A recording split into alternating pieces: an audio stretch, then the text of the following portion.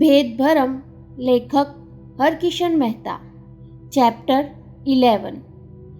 દિવાન સદનના દિવાનખંડમાં દાખલ થતી વખતે વિવેકે ધાર્યું ન હતું કે પહેલ વહેલી નજર પ્રિયા પર પડશે. પોતે પ્રસન્નતાભર્યું સ્મિત ફરકાવ્યું, પણ તેના આગમનથી ચોંકેલી પ્રિયા આવો એટલું ના બોલી શકી. તેને બદલે તમે નો તીણો ઉદ્ગાર એના મોંમાંથી સરી પડ્યો.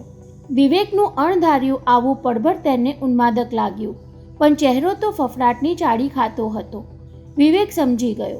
સવારે ફોન પર મળવા આવવાની આડકતરી મનાઈ કરી હોવા છતાં પોતે સાંજે જ આવી ચડ્યો એથી પ્રિયા મૂંઝવણમાં પડી ગઈ.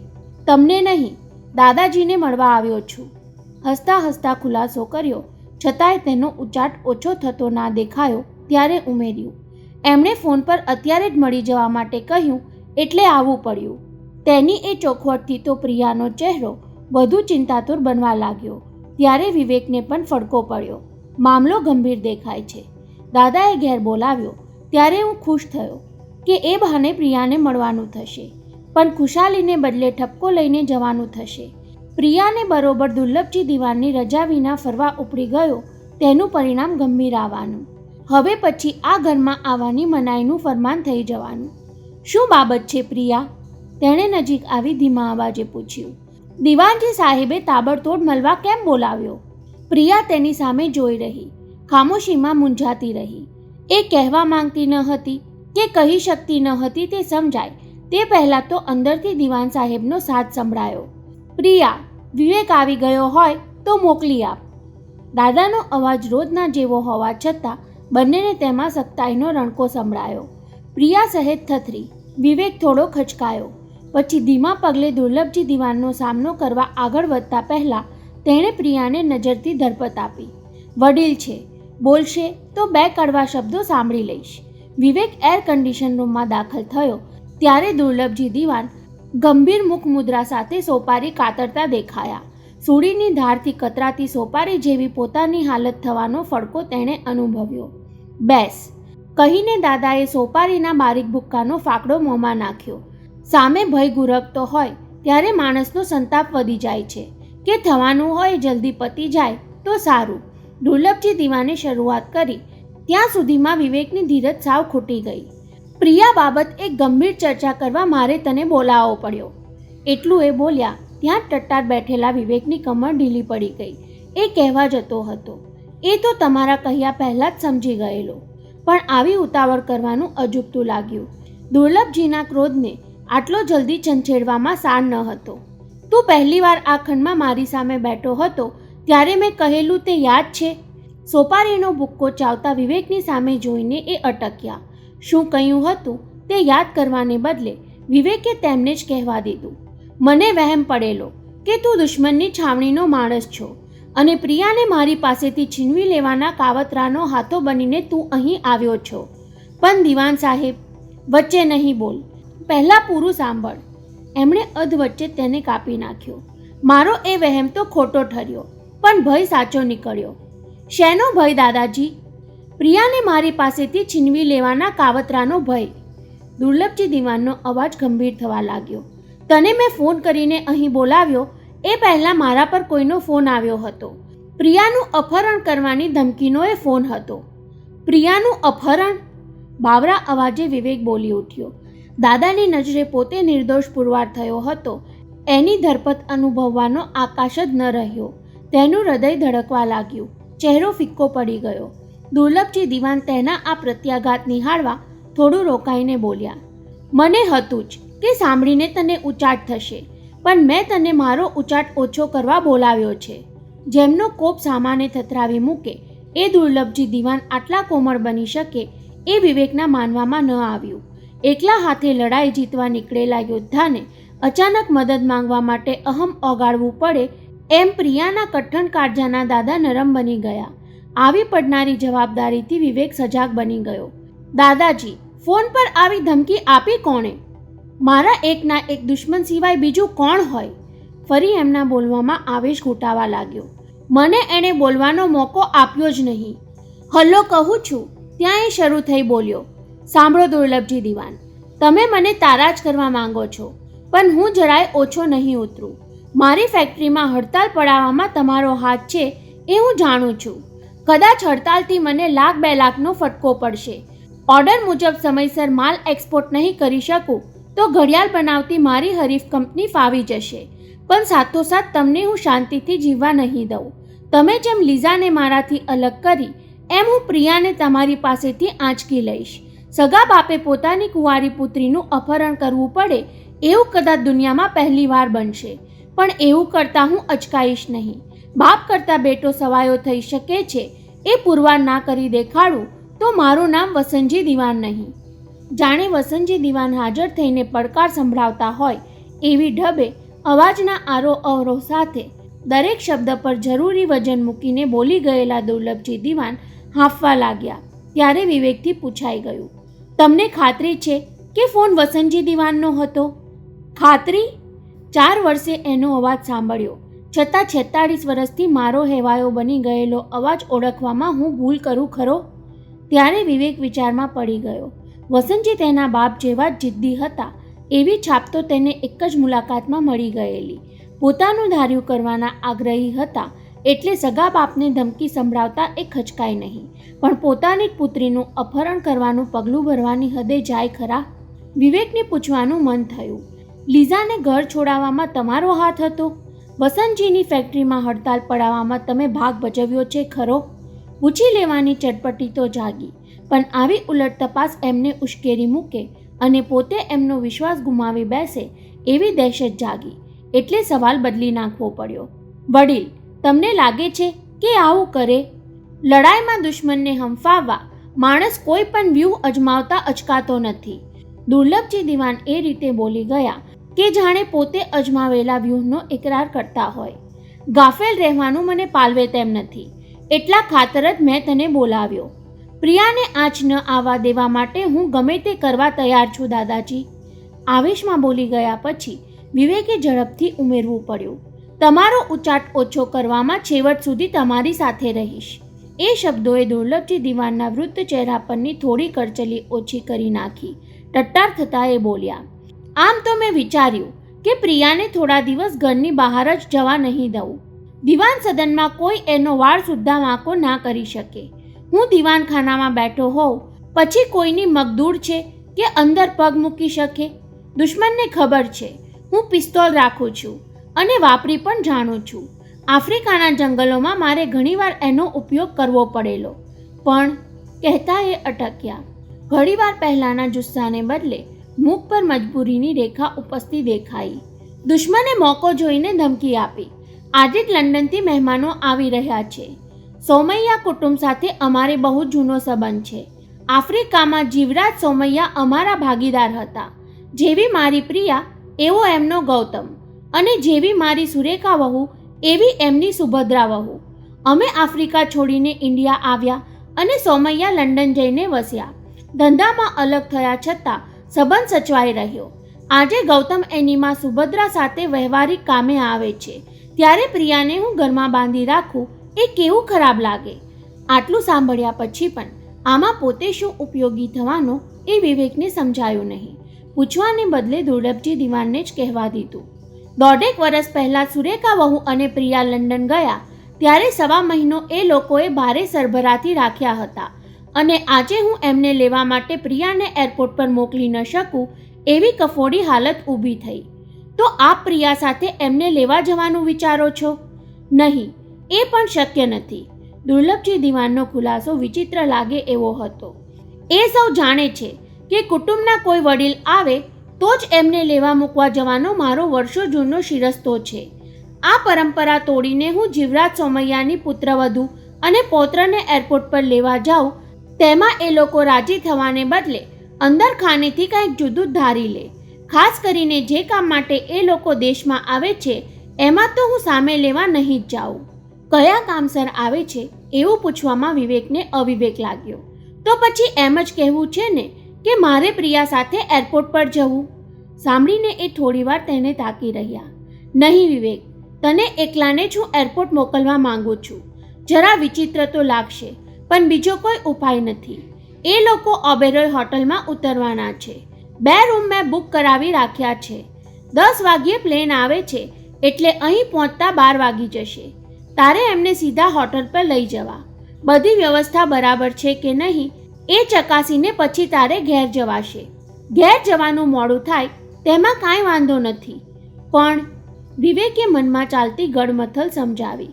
મહેમાનોને હું ઓળખતો નથી, એ લોકો મને પીછાણતા નથી. તમે મને કયા સંબંધે લેવા મોકલ્યો છે એ પણ સમજાવવું પડશે. મેં એ વિચારી રાખ્યું છે. દિવાન સાહેબ સહેજ મલકીને બોલ્યા. આમાં તો હું નિવૃત્ત જેવો દેખાઉં છું, પણ નિકટના માણસો જાણે છે કે મારે શહેરની લે વેચનું બહુ મોટું કામકાજ છે. ટેલિફોન પર એ ચાલ્યા કરે છે, પણ હમણાં એ બધું સંભાળવા માટે મેં એક સેક્રેટરી રાખ્યો છે. એનું નામ વિવેક સંન્યાસી. હસી પડ્યો વિવેક. અરે દાદાજી, શેર બજારનો હું કક્કોય જાણતો નથી. કોઈક ભાવતાલ પૂછે તો હું ઉઘાડો પડી જાઉં ને. કોણ એવું પૂછવાનું છે? સોમૈયા કુટુંબ સટ્ટાથી 7 ગાંવ દૂર ભાગે છે, અને તું મારો સેક્રેટરી તો એમની મહેમાનગતિ પૂરતો જ રહેવાનો ને. છતાંય વિવેકની ગડમથલ ચાલુ રહી. આ ઉપાય તેને પાંગળો લાગ્યો. દાદાજી, પ્રિયાને એરપોર્ટ નહીં મોકલવાથી આપની સમસ્યા પૂરી નથી થતી. મહેમાનોની સાથે હરવા ફરવા માટે તેને બહાર તો જવું પડશે. ધમકી સામે સાવચેત રહીએ, પણ એનાથી ડરી જઈને પ્રિયાને ઘરમાં થોડી બાંધી રખાય. ધમકીથી ડરે છે કોણ? દુર્લભજીનો અસલ મિજાજ ઉછળી પડ્યો. જરૂર પડશે તો પ્રિયાના રક્ષણ માટે હું 4 બોડીગાર્ડ રાખીશ, જે દૂરથી એના પર જાપ્તો રાખશે. મહેમાન 8-15 દિવસ મુંબઈમાં રોકાય ત્યાં સુધી મારે કોઈ દુર્ઘટના બનવા નથી દેવી. બસ ત્યાં સુધી તું મારો સેક્રેટરી બની જા. પછીનું બધું તો મેં વિચારી રાખ્યું છે. તમારો સેક્રેટરી તો બની ગયો દાદાજી, પણ પ્રિયાને એરપોર્ટ પર નહીં મોકલવાની કે એની રક્ષા માટે બોડીગાર્ડ રાખવાની વાતમાં હું સંમત નહીં થાઉં. વિવેક નમ્રતા સાથે મક્કમતાથી બોલી ગયો ત્યારે દાદાજીની આંખોના બવા તંગ થયા. પોતાની સાથે કોઈ મક્કમ અવાજે વાત કરે એ તેમનાથી સાંખી શકાતું નહીં. વિવેકનું બોલવું એમને પહેલાં ખટક્યું, પછી આ જુવાનની દ્રઢતાથી એ થોડા અંજાયા પણ ખરા. એ ખામોશ રીતે વિચારતા રહ્યા. વડીલ, પ્રિયાને કોઈ પણ જોખમમાં હડસેલવાનો હું વિચાર સુદ્ધા ન કરું, પણ મને મારી જાત પર જેટલો વિશ્વાસ છે એના કરતાંય વધુ વિશ્વાસ સુરેખા દેવીના પુણ્યાત્મા પર છે. મને પોતાને એનો અનુભવ થઈ ચૂક્યો છે. હું તો એમને માટે પરાયો છું, જ્યારે પ્રિયા એમની દીકરી છે. એમનો પુણ્યશાળી આત્મા પ્રિયાને જરાય આંચ નહીં આવવા દે. વિવેક આત્મવિશ્વાસના જુસ્સાથી બોલી ગયો ત્યારે દિવાન સાહેબને કોઈ દલીલ સૂચી નહીં. ઉતાવળે નિર્ણય લેવાનું એમના સ્વભાવમાં ન હતું, અને નિર્ણય લીધા પછી અડગ રહેવાની એમની ખાસિયત હતી. એરપોર્ટ જવાને હજુ 2 કલાકની વાર છે. પહેલાં તું ઘેર ફોન કરી દે. તારે જમવાનું પણ અમારી સાથે જ છે, કહીને તેમણે ચર્ચા સંકેલી લીધી. વિવેક પૂછી ન શક્યો કે પ્રિયાને તમે ધમકીની જાણ કરી છે ખરી? બીજો વિચાર એ પણ કર્યો, કદાચ પ્રિયા આ બધી વાતચીત બારણા પાછળથી સાંભળતી તો નહીં હોય ને. આગળ દિવાન સાહેબની મર્સિડીઝ અને પાછળ વિવેકની સિટ્રોન કાર એરપોર્ટ જવા માટે ઘેરથી નીકળી કે તરત જ વિવેકની બાજુમાં બેઠેલી પ્રિયાએ 2 કલાકથી મનમાં ઘૂંટાયા કરતી જિજ્ઞાસા ઉછાળી. આજે દાદાજીમાં કોઈ અજબ પરિવર્તન આવી ગયું. જવાબમાં વિવેક માત્ર મલક્યો ત્યારે પ્રિયાની જિજ્ઞાસા વધુ તીવ્ર બની હોય તેમ ઊંચા અવાજે બોલી ઉઠી. એ મિસ્ટર, હું તમને કહું છું, સાંજે ઘેર આવ્યા ત્યારે તો આપ સાહેબ ફિકરથી ફફડતા હતા, અને હવે જવાબ આપવાને બદલે મોગમ મરક હસો છો. મને હતું કે આજ દાદાજી તમારા પર ઉખડી પડશે. એમનું રૌદ્ર સ્વરૂપ જોઈને તમે નાસી છૂટશો, અને ફરી ક્યારેય તમારું આ સુંદર મુખડું જોવા નહીં મળે. છતાં વિવેકે કાંઈ બોલવાને બદલે સામેના લંબચોરસ આઈનામાં જોઈને સ્મિત ફરકાવ્યું. કેમ સાહેબ, દાદાજીએ મારી સાથે વાતચીત ન કરવાની આજ્ઞા ફરમાવી છે કે? અરીસામાં શું જોયા કરો છો? મારું મુખડું ખરેખર સુંદર છે કે નહીં એની ખાતરી કરતો હતો. આખરે બોલવાનું કષ્ટ લીધું ખરું. પ્રિયાએ છણકો કર્યો. તો હવે એ પણ બોલી નાખો કે આ બધું શું છે? એરપોર્ટ પર મહેમાનને લેવા હું જવાની હતી, તેને બદલે આપ સાહેબ પણ સાથે કેમ પધારો છો? આગળ અમારી મર્સિડીઝ ખાલી જાય છે, અને મારે આપનું મલકતું મુખ જોતા જોતા અહીં આપની બાજુમાં બેસીને જવાની સજા શા માટે ભોગવવી પડે છે? જેવો દાદાજીનો હુકમ. વિવેકે ત્રાસી આંખે તેનો પ્રત્યાઘાત નિહાળતા કહ્યું. આજથી હું એમનો પગારદાર નોકર બની ગયો છું. મજાક છોડો વિવેક. ગૂંચવાયેલી વાતને વધુ ગૂંચવો નહીં. દાદાએ તમને શું કામ બોલાવ્યા હતા? અત્યારે તમને મારી સાથે શું કામ મોકલ્યા? બોલતા બોલતા તેનો અવાજ તડાઈ ગયો. મને વધુ સંતાપો નહીં. પ્રિયા, તું ધારતી હતી એવું જ થયું છે. પિતા પુત્ર વચ્ચેની લડાઈએ ઉગ્ર સ્વરૂપ ધારણ કર્યું છે. એટલે? પ્રિયા ભડકી. દાદાજી કોઈ નવી ચાલ ચાલવા માંગે છે અને તમે એમાં પ્યાદુ બન્યા છો? નહીં, દાદાજી નહીં. વસંતજી દીવાને ધમકી આપી છે. વિવેકને રહસ્ય ઉઘાડું પાડતા કષ્ટ વર્તાયું. તારા પિતા એમ માને છે કે એમની ફેક્ટરીમાં દાદાજીએ હડતાલ પડાવી. એના બદલામાં તેમણે દાદાજીને ધમકી આપી કે હું પ્રિયાનું અપહરણ કરાવીશ. મારા પપ્પા? મારું અપહરણ? પ્રિયા લાલચોળ ચહેરે બોલી ઉઠી. Stop it. હું કહું છું કે કાર ઊભી રાખો. આવેશમાં પ્રિયાએ વિવેકનો ખભો હચમચાવી નાખ્યો. ત્યારે ચોંકી ગયેલા વિવેકે કારને ફૂટપાથ તરફ સરકાવીને બ્રેક મારવી પડી. સિટ્રોન થંભી ગઈ એટલે આગળ જતી મર્સિડીઝ પણ થોભી જતી દેખાઈ. વિવેકે પ્રિયા તરફ જોયું. ઊંડા શ્વાસ લેતી એ ગુસ્સો ઘૂંટતી હતી. તેણે માનેલું કે અપહરણની વાતથી પ્રિયા થથરી ઉઠશે. દાંત ભીસીને વસંતજી દીવાન પર દાજ ઉતારશે. તેને બદલે પોતે જ એના ગુસ્સાનો ભોગ બન્યો. તમે પણ દાદાજીની વાતમાં આવી ગયા? ફૂફાડા સાથે એણે સંભળાવ્યું.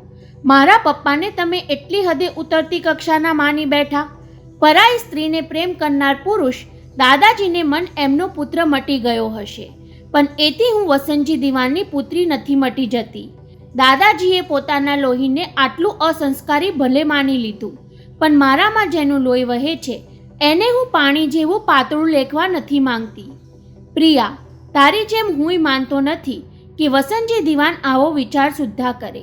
મેં દાદાજી સામે સભ્યતા ચૂકી જઈને ઉગ્ર દલીલ પણ કરી, છતાં એ માન્યા નહીં. એમ જ ને? પ્રિયાની આંખોમાં હજુય રોષ ભભૂકતો હતો. વેરની આંગે દાદાજીને એટલા હદે આંધળા કરી દીધા છે કે સગા દીકરાને તદ્દન દુષ્ટ માની બેઠા. પ્રિયા, તું ઉશ્કેરાઈ જઈને વાતને વધુ ગૂંચવી રહી છે. લાગણીના આવેશમાં વિવેક તેને તુકારે બોલાવતો થઈ ગયો હતો. એનુંય ભાન ન રહ્યું. દાદાજીએ તારી સલામતી ખાતર મને મોકલ્યો. માની લઈએ કે તારા અપહરણનો ભય માત્ર એમનો ભ્રમ હોય, છતાં એની પાછળ તારા પ્રત્યેની લાગણી તો છે જ ને. લાગણી? પ્રિયા વધુ ઊંચા અવાજે બોલવા જતી હતી ત્યાં આગળની મર્સિડીઝનો ડ્રાઈવર કારમાંથી ઉતરીને એમના તરફ આવતો દેખાયો એટલે બોલતી અટકી ગઈ અને વિવેકે સિટ્રોનનું એન્જિન સ્ટાર્ટ કરી દીધું. પેલો નજીક આવ્યો એટલે કહ્યું, રામચરણ, જરા ગિયરમાં ગડબડ હતી, એથી રોકાવું પડ્યું. હવે બરાબર થઈ ગયું. રામચરણ પાછો ફરી ગયો એટલે પ્રિયા કાંઈ બોલવા જાય એ પહેલાં જ વિવેકે શરૂ કરી દીધું. સાંભળ પ્રિયા, અપહરણની વાત દાદાજીએ તારાથી છાની રાખવાનું કહ્યું હતું. હવે તું એમના પર ઉશ્કેરાઈ જઈને ખુલાસો માંગવા જઈશ તો હું દુર્લભજી દીવાનનો વિશ્વાસ ગુમાવી બેસીશ. કહેતા તેણે કાર ચાલુ કરી અને પ્રિયાએ વિરોધ ન કર્યો એટલે આગળ વધ્યો. દાદાજીના કહેવા પ્રમાણે ફોન પર ધમકી આપનારો અવાજ વસંતજી દીવાનનો હતો. બનવા જોગ છે કે એમણે માત્ર ડરાવા ખાતર જ ધમકી આપી હોય. સાંભળતા જ પ્રિયા ફરી છંછેડાઈ જતી દેખાઈ એટલે વિવેકે ઉતાવળે વાળે લીધું. માની લે કે એ અવાજ પારખવામાં દાદાજીએ ભૂલ કરી હોય તો પણ એમની ગેરસમજ મારા માટે તો ફાયદાકારક જ નીવડીને. એટલે? ડોક મળીને પ્રિયાએ ધારદાર નજરે તેની સામે જોયું. તમને શું ફાયદો થયો એમાં? કેમ, તારી સાથે ફરવાની મનાઈને બદલે આ રીતે તારી કંપનીમાં ફરવા મળ્યું. બોલતા આપોઆપ તેની આંખોમાં પ્રણયનો લસરકો ઝબકી જતો પ્રિયાને દેખાયો. ઘડી પહેલાં ગુસ્સાથી લાલઘૂમ થયેલા પ્રિયાના મુખ પર ગુલાબી ઝાંય ઉપસી આવી. બંનેના હોઠ એક સાથે મરક્યા. વિવેકનો જમણો હાથ આપોઆપ તેના ડાબા હાથ તરફ લંબાયો. હુંફાળા સ્પર્શનું સુખ માણતી પ્રિયા થોડીવાર તંદ્રામાં ખોવાઈ ગઈ, પણ સજાગ બનતાની સાથે જ તેણે નિસાસો નાખીને હાથ ખેંચી લીધો. સુખની એ 2-4 ઘડી મનોમન વાગોળવામાં બંને એટલા મશગુલ રહ્યા કે કાર પ્રભાદેવી પાસેથી પસાર થઈને બાંદ્રાના હાઈવે પર ચડી ગઈ હતી તેનો ખ્યાલ ન રહ્યો. વિવેકને એ મૌન મીઠું લાગ્યું, છતાં કાંઈક બોલવું જોઈએ એટલા ખાતર પૂછ્યું, શેના વિચારમાં પડી ગઈ પ્રિયા? હું એકલી નહીં, તમે વિચારમાં પડી ગયા. પ્રિયાનો એ ટહુકો તેને મૌન કરતાં વધુ મીઠો લાગ્યો, પણ હજુ પૂરું સાંભળવાનું બાકી હતું. વિવેક, તમને દાદાએ તો કહ્યું જ હશે, આપણે એરપોર્ટ પર કોને લેવા જઈ રહ્યા છીએ? હા, આફ્રિકાના એમના જૂના ભાગીદાર સોમૈયા કુટુંબના સુભદ્રા વહુ અને ગૌતમ આવી રહ્યા છે. શું કામ આવી રહ્યા છે એ પણ કહ્યું હશે ને? હા, કાંઈક વ્યવહારિક કામસર આવે છે એમ કહેતા હતા. ત્યારે તો દાદાએ તમને અંધારામાં જ રાખ્યા. પ્રિયા કટાક્ષમાં બોલી ગઈ.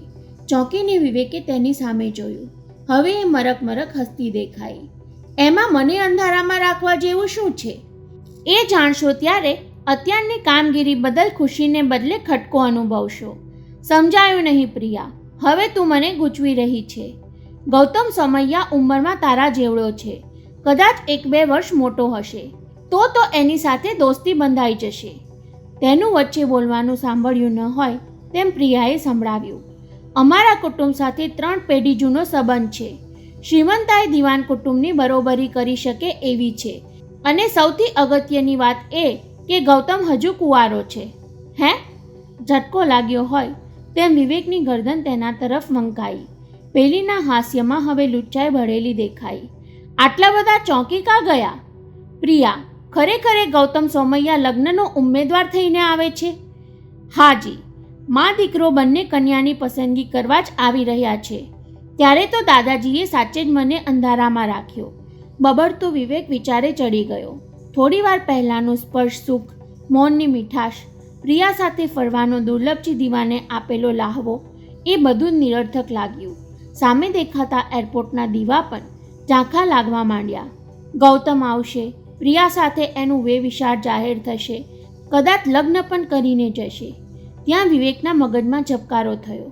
દુર્લભજી દીવાન બોલી ગયેલા, થોડા દિવસ મહેમાન છે ત્યાં સુધી જ મને પ્રિયાની ચિંતા છે. પછીનું બધું તો મેં વિચારી રાખ્યું છે. એનો અર્થ શું?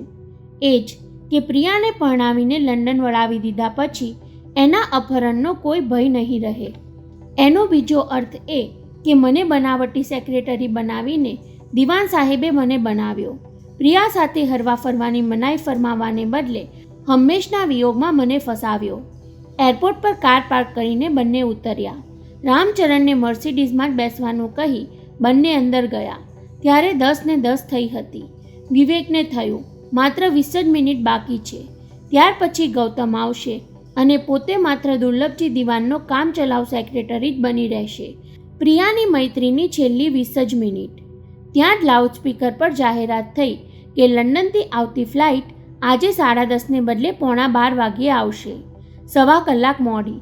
વિવેક અને પ્રિયાથી એકબીજા સામે જોવાઈ ગયું. બંનેની નજરમાં રાજીપો હતો. ગૌતમ 1/4 કલાક મોડો પડવાનો છે, એમાં પ્રિયાએ આટલા બધા રાજી શું કામ થવું જોઈએ? શું વિચારમાં પડી ગયા? પ્રિયાએ તેને વધુ વિચારવાનો મોકો ન આપ્યો. ફ્લાઇટ મોડી થઈ એથી ઘેર જવામાં મોડું થશે એની ફિકર થાય છે કે? ના, ફિકર નહીં, આનંદ થાય છે. વિવેકે બેધડક કહી દીધું.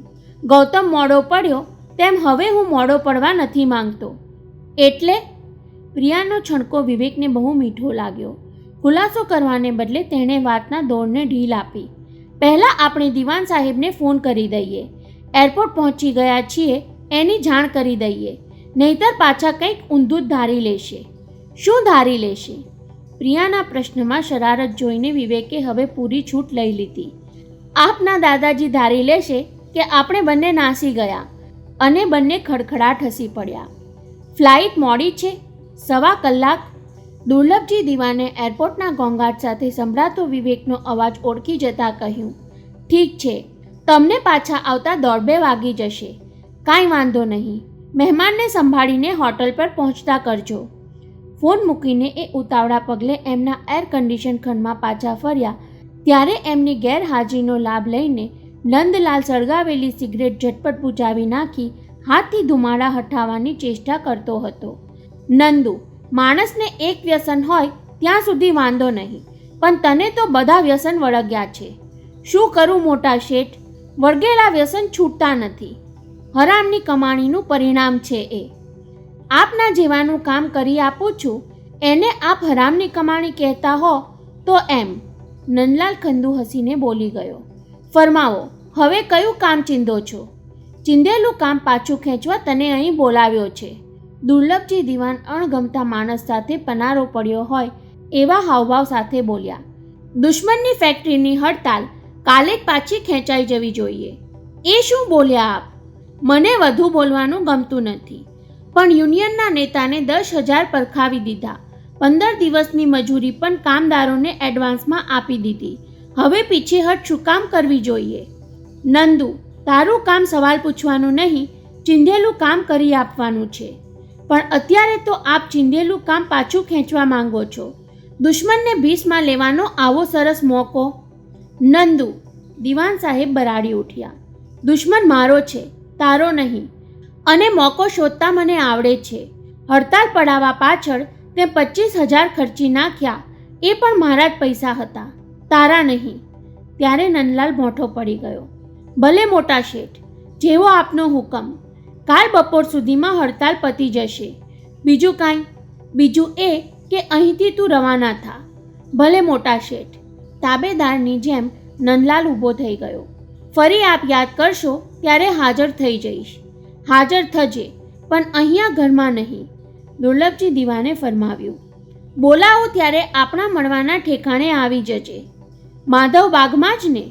ચોખવટ કરવાની શું જરૂર છે? હવે જા અહીંથી.